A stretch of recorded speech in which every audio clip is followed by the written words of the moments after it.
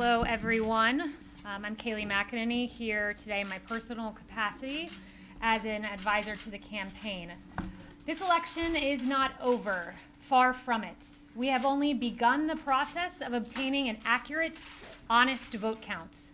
We are fighting for the rights of all Americans who want to have faith and confidence not only in this election, but in the many elections to come. There is only one party in America that opposes voter ID. One party in America that opposes verifying signatures, citizenship, residency, eligibility. There is only one party in America trying to keep observers out of the count room. And that party, my friends, is the Democrat Party. You don't take these positions because you want an honest election. You don't oppose an audit of the vote because you want an accurate count. You don't oppose our efforts at sunlight and transparency because you have nothing to hide. You take these positions because you are welcoming fraud and you are welcoming illegal voting. Our position is clear. We want to protect the franchise of the American people. We want an honest, accurate, lawful count. We want maximum sunlight. We want maximum transparency. We want every legal vote to be counted, and we want every illegal vote to be discarded. Unlike our opponents, we have nothing to hide. The integrity of our election matters. The Constitution of the United States matters. What we have seen across the country is Democrat officials systematically trying to do an end run around the Constitution to tip the scales of the election in their favor.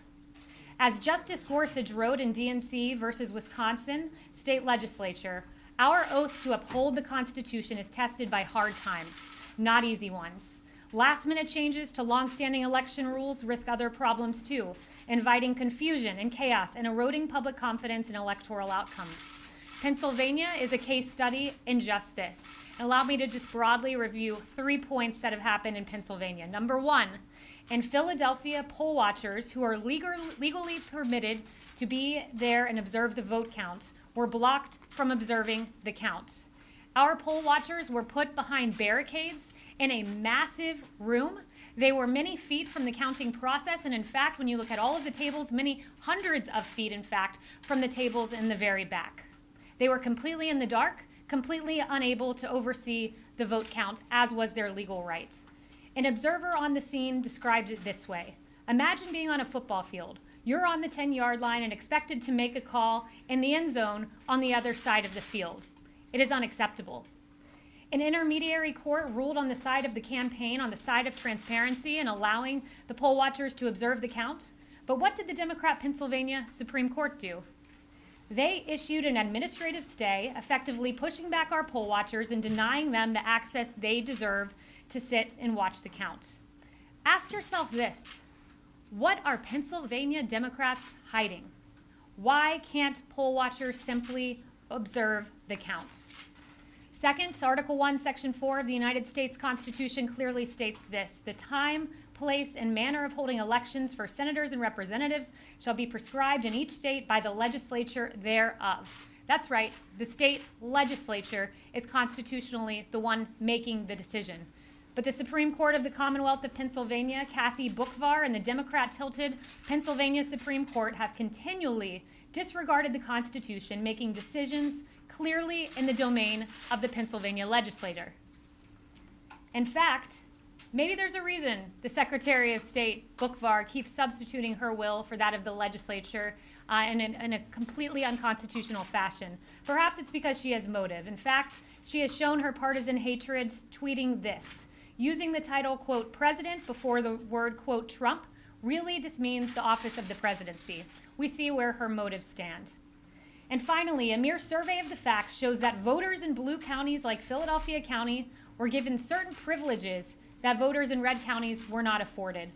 The Constitution's Equal Protection Clause requires uniform standards, but Democrat election officials created disparities depending on where citizens lived and where they voted in the state. Some counties set up satellite offices for backdoor early voting, whereas other counties did not. Some counties allowed pre-canvassing, where other counties did not.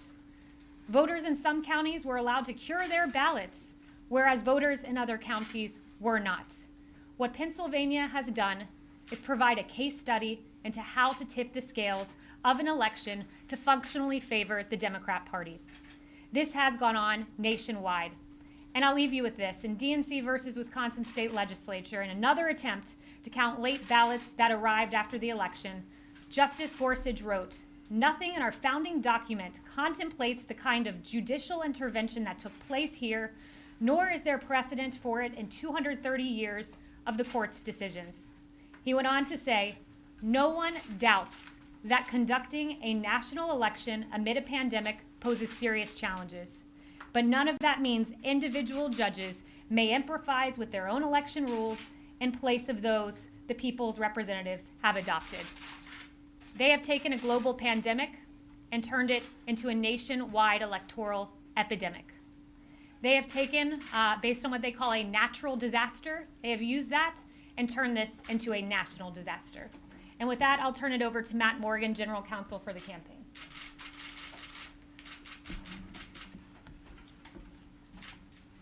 Thank you, Kayleigh. As Kayleigh stated, the election is not over.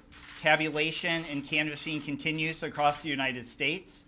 And today in the United States District Court for the Middle District of Pennsylvania, the Donald J. Trump for president and 2 representative voters filed suit against the Secretary of State in select counties, alleging 2 things. Number 1, a violation of equal access based on a lack of meaningful observation and transparency, particularly in Democrat-controlled counties. And secondly, a violation of equal protection based on disparate treatment between Republican voters and Democrat voters. But what does this mean in layman's terms? What does this mean for all of you? What this means is if you are a Democrat in Philadelphia, you are allowed to work outside the bounds of the restrictions on fixing defective ballots, sometimes referred to as curing. But if you're in Republican counties in the state of Pennsylvania, you are not allowed to do that because they're strictly following the text of the statute in Pennsylvania. Secondly, if you are a Republican in the city of Philadelphia, for example, you are not allowed meaningful access to the observation of the vote tabulation process. If you are a Democrat in a Republican-leaning county in the state of Pennsylvania, you were allowed that access to meaningfully view the ballots as they are being counted. There are, in Philadelphia and Allegheny counties, there were over 682,000 ballots that were tabulated outside the view of our observers who are entitled by law to review those ballots. And we believe that a meaningful review of those ballots could discern that there were ballots that were illegally counted. Our relief that we're seeking at this point is to enjoin the Secretary of State from hurrying to certify the results before they were completely tabulated or canvassed so that we can obtain that meaningful review and discern within those 682,000 ballots at least, and there may be more throughout the state, whether or not there was disparate treatment for Republican voters and Democrat voters in the states, and whether Democrat voters were disproportionately allowed to cure or fix their ballots in some locations in the state and not others. And for example, even at a minute level here today, we are very close to the automatic recount statute in Pennsylvania, and this lawsuit itself could change that or swing that small discrepancy. So this is the relief we're seeking at this time, but I would also urge the press and those out there that this is step 1 of a process. We are within our rights to look into these irregularities. We were in our rights to observe the votes as they are being tabulated. We will observe those, and we believe that this lawsuit takes us one step closer to closing the gap in the vote differential in Pennsylvania. And at this time, I'll turn over to the Republican Chairwoman, Ms. McDaniel. Thank you all for coming. I'm going to start with some of the irregularities we've seen in the state of Michigan specifically, and then I'll go a little bit broader. But Michigan is my home state, and in the county, Wayne County, Republican poll watchers were denied their legal right to monitor the election and purposely kept in the dark. Both literally and figuratively, poll watchers or election workers blocked windows and padlocked doors. Obviously, that's not going to instill confidence. There are thousands of reports of poll watchers being intimidated and unable to do their job. And as of 4 p.m. this afternoon, 131 affidavits have been completed just in Michigan, with over 2,800 incident reports that have been submitted to us since Election Day. 2 new lawsuits were filed today by people who were working in Detroit, and a whistleblower who has gotten their information. We have gotten their information to the Eastern District Court of Michigan. As you guys can understand, with 2,800 incident reports, this is a lot to track down. It means we're interviewing these people, we're getting their statements, and we're turning them into affidavits. But that takes a lot of time and effort. And as Matt has mentioned, there's a canvass process and a certification for a reason. But I will just tell you the distress that I'm hearing in my state from people who were at TCF and the way they were treated is deeply alarming. I hope you go and look at this. I hope you look at these affidavits, and I hope you hear from the people that were there who feel like they were denied transparency and saw wrongdoing in Detroit. We should all be alarmed by this, no matter where you are on the political spectrum. In addition to that, we've heard hundreds of instances of election workers who were verbally accosted. They verbally accosted our poll watchers and refusals to let them challenge questionable ballots. Election workers were wearing Biden t-shirts and applauding when our poll watchers were kicked out. Imagine volunteering and going and spending your night because you care so much about the integrity of the election, and then to be kicked out and to be cheered as you are leaving. This does not instill confidence in our democracy, and these are good people. I know most of these people. Of the few ballots that Democrat election workers did allow us to challenge, our observers say those ballots were then moved back into the regular pile after our poll watchers were intimidated and pushed from the process. There is a canvass for a reason. There is a certification process for a reason. And unlike Election Day, we need these processes to be transparent. Already in Detroit, we are hearing incidents, and we will have affidavits to this effect, of people not being able to meaningfully canvass and discrepancies that we're seeing in Detroit specifically. So just after a week after the polls closed, Democrats and the media want to ignore these clear irregularities and rush to call states as one and end the certification and canvass process. We're hearing we need to unite, we need to come together.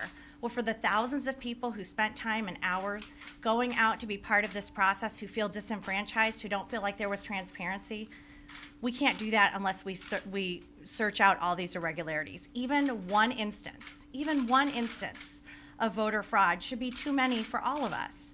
We intend to ensure that every lawful voter has their vote counted in accordance with the law, that observers are granted the access they are due under state law, and that any irregularities that have occurred, whether by malicious intent or incompetence, are investigated to the fullest extent allowed under the law. We will not give up on this process until every last issue has been uncovered. The RNC has deployed legal teams in multiple states to investigate clear irregularities with voting, counting, and tabulation, and we will work with state and local authorities to ensure that a legal count is conducted in accordance to each state's laws and that every vote is counted. If the shoe were on the other foot, if it were this close the other way, if President Trump was in the lead in all these states, and the media would be screaming, this isn't over, the race isn't over, we need more time to count and make sure it's right. But because it's Biden and a very slight lead, the media demands the race is over and there's nothing to see here. The American people need to have confidence in their elections. There are over 150 Americans who voted in this election, and they deserve to know that their votes were counted accurately. Right now, and I can say this as I'm hearing calls and hearing from people across the country, they do not have confidence that that happened. So I am asking the media, interview these people, talk to these people. Do not just dismiss these allegations out of hand, these irregularities. Go research it, because this is a problem when people are not being able to transparently watch the election counting, which they are legally allowed to do. It creates division in our country. Republican and Democrat should be allowed to observe this process. But in this case, it's Republicans that we're not allowed to. We will continue to fight. President Trump will continue to fight for us, and we'll continue to fight for him. Please go to visit.gop. Please visit gop.com to donate. And if you see signs of voter irregularity, go to 888-503-3526. Thank you. We'll take a few questions. Yep. Kayleigh, sounds like, do you know that fraudulent votes were actually cast? Or are you simply saying we don't know because Look, what we are asking for here is patience. Ronna just mentioned to you the more than, I believe it was 130 affidavits in Michigan alone. We're aware of all the reports of thousands of votes in Nevada that were cast by those who were not eligible. We're hearing these reports. We're seeing them come in. We are vetting them. We are getting affidavits. So right now we would point you to all of that. That information is publicly available. But what we're asking for right now is patience as we explore these equal protection claims, among others. Can I add that? Let me just add a couple things in this recent lawsuit. One, we do have a whistleblower, which I discussed earlier this week, who was in Detroit as an election worker, not as a Republican poll watcher, who under affidavit says that they were told to backdate ballots, that their supervisor came and they were there on November 4th. Ballots that came in with no date, they were told by the supervisor, backdate the ballots to November 2nd or November 3rd so they will count. So that has been submitted to the to the U.S. Attorney in the Eastern District of Michigan. That is via affidavit.